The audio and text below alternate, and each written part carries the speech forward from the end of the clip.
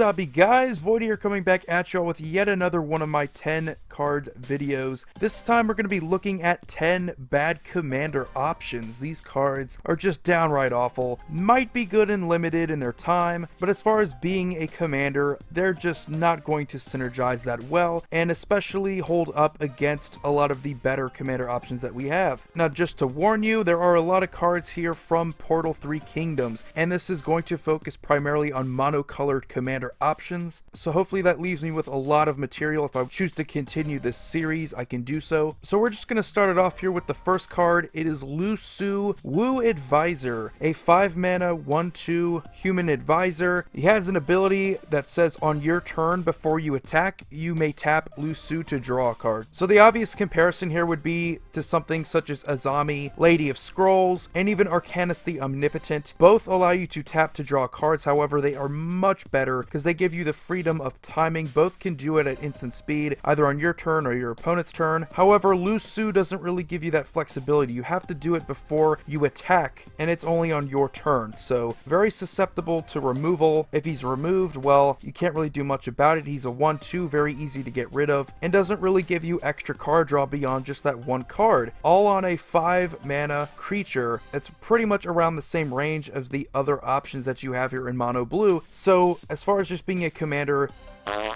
And then next we have Grandmother Sengir, a 5 mana black 3/3 human wizard. She has an activated ability of 2 mana and tap her to give target creature -1/-1 until end of turn, which is just downright awful. You have to tap her, which means that you can't just dump a ton of mana into that ability and just straight up kill a creature for like 6 mana. That might actually be playable. Yeah, no thanks, I'll pass. And the next card is Zhang Lao, Hero of Hefei. He is a 6 mana black 5/5 human rogue. Whenever he successfully damages your opponent, they have to choose and discard a card from their hand. All on a 3/3 for 6 mana, which is exactly what you want. Just pure value there. And paired with absolutely no keywords, no evasion in order to deal this damage. So not only are you getting the absolute minimum with allowing your opponents to just discard one card and it's of their choice, but you have to first give him some sort of evasion in order to deal this damage in the first place. Just not a very good commander option, but then again, a lot of these Portal 3 Kingdoms cards were meant to be played with each other, so you're going to see a lot of that for the rest of this list. Next we have Veldrain of Sengir, a 7 mana black 5/5 human rogue with an activated ability of 3 mana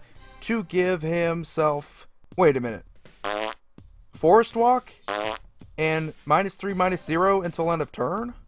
That would make him a 2/5, I guess so. I mean, that's a lot of mana for just 2 damage. Forest Walk, if you're desperate enough to connect, I mean, it's some evasion, but you have to give up 3 more power? That's pretty bad. The next we have, this one is quite hilarious. Ishi Aki Crackshot. The artwork is funny, but you get a 2 mana red 1/1 goblin warrior. Whenever an opponent would cast a spirit or an arcane spell, it deals 2 damage to them, which is very similar to Harsh Mentor, but the only difference is Harsh Mentor is actually playable because activated abilities aren't as rare as seeing people play with spirits or arcanes. I mean, the only arcane that sees a ton of play is Kodama's Reach. All the other arcanes are going to be in very specific, sort of those fringe decks that you rarely ever see. Same thing goes with Spirit Tribal, very fringe, not something you're going to see a lot of. So having a commander deck built specifically just for these fringe decks in the format is a very difficult task. You're likely not going to do it. And then next we have Brothers Yamazaki. Now, don't be fooled, there are some 2-headed giant versions that you can play with a friend that are actually quite interesting, but if we're just talking about 4-player free-for-all commander, having this as a commander is pretty weak. The chances of you getting something to copy him with and getting, you know, +2/+2 on your brothers isn't likely going to do that much because there's only so many different copy spells that you have. You have Kiki Jiki, that's as far as I know. Pretty much just avoids the legendary rule, which is the only good thing about him though. But even if you are able to get out some brothers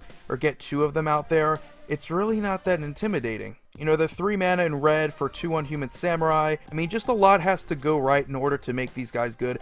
The cool thing though is that there is two different artworks. You have one brother facing one direction and the other brother is facing the other way. However, not really cool enough to make it worth playing as a commander, and very specific. You have to play two-headed giant in order to really make that work anyway, which good luck finding someone who's going to be willing to do that. I mean, I'm not saying it's not a fun thought to go ahead and try to pursue that, but again, very difficult. And then we have good old Chandler here, a 5 mana red 3/3 human rogue with an activated ability of 3 mana to tap and destroy target artifact creature. Now this is actually somewhat playable if you consider the fact that a lot of artifact creatures are pretty good commanders. I mean, we have Breya, we have Sharuum the Hegemon. I mean, I guess that's something. And we have some good artifact creatures. So yeah, removal for artifact creatures isn't that bad. However, it's just artifact creatures. It's very specific. That's like saying enchantment creatures. It's not completely uncommon, but it's something, I guess. So compared to a lot of the other commanders on this list, I think it's somewhat playable. Maybe as one of the 99, but as a commander, still pretty bad. To have your commander of your deck be focused around just dealing with this one creature type is very narrow. Still though, pretty funny looking. And then we have Machao, Western Warrior, a 5 mana red